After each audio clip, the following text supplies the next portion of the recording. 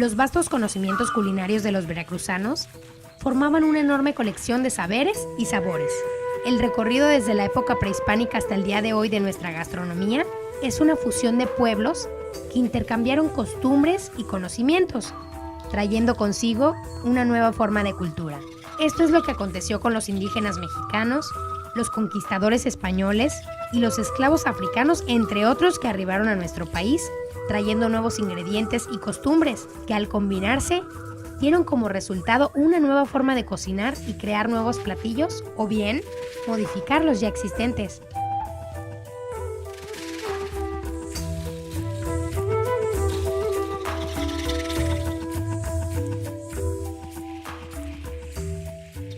En el estado de Veracruz teníamos 3 culturas importantes.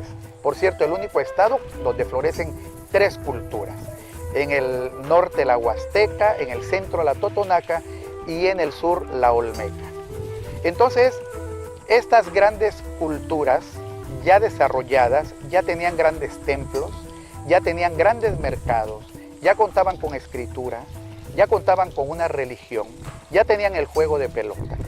Y entonces, bueno, esto hace que ellos se desarrollaran, obviamente, en las artes culinarias de una manera mucho más fácil, porque tenían mucho más ingredientes y ya tenían mercados donde podían ellos intercambiar productos de una región a otra, y esto hace que ese fundamento histórico se conserve con esa tradición culinaria hasta nuestros días.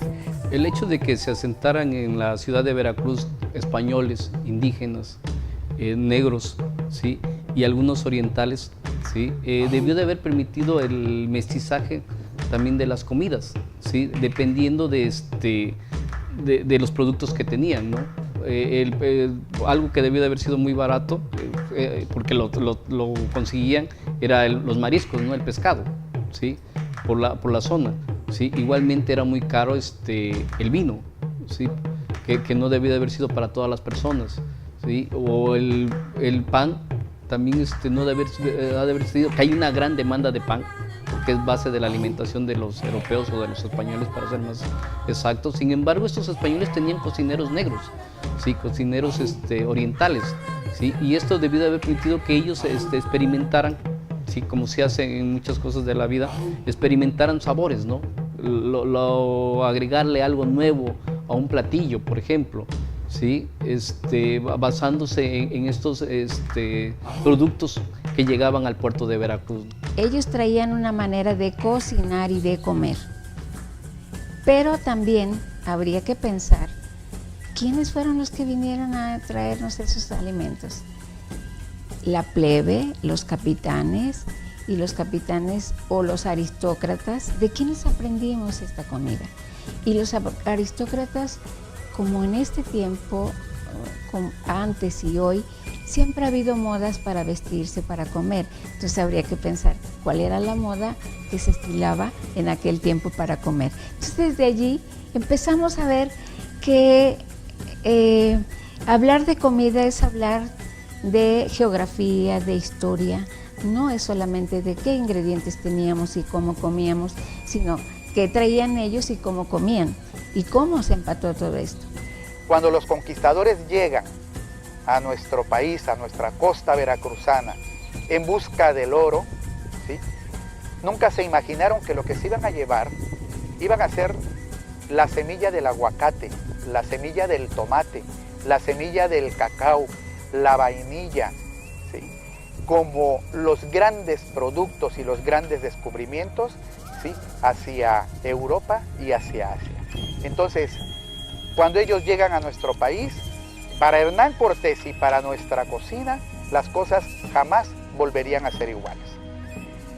Con la llegada de ellos en 1519, se da inicio a ese gran mestizaje y a esa gran fusión entre los ingredientes que ellos traen y que se van a ir incorporando poco a poco a nuestra cocina prehispánica.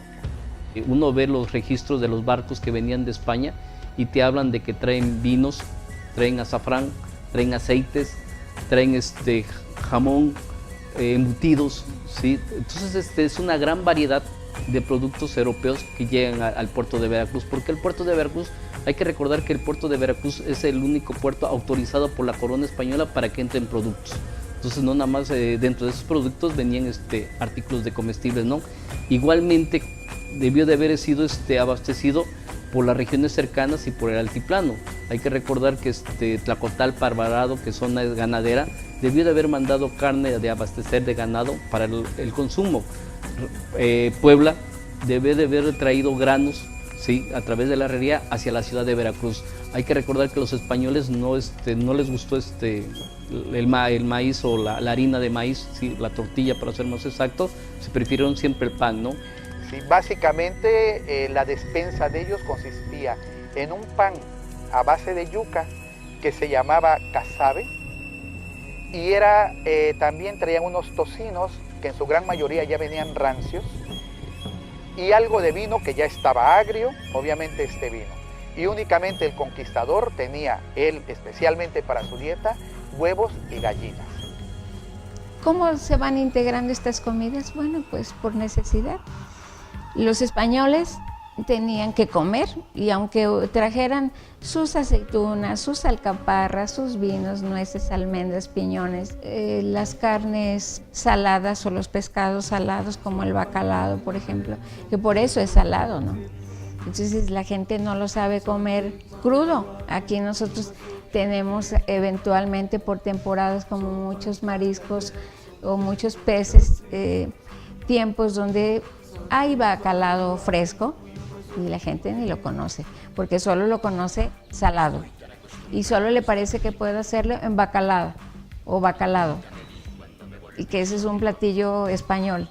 Y yo pienso y me pregunto, y no solo yo, sino muchos, ¿qué harían en el mundo si México o Centroamérica no hubiera aportado el tomate, ¿no? El tomate, el jitomate, el rojo, es un producto, es un ingrediente mexicano. La vainilla, ¿qué harían sin chocolate en el mundo?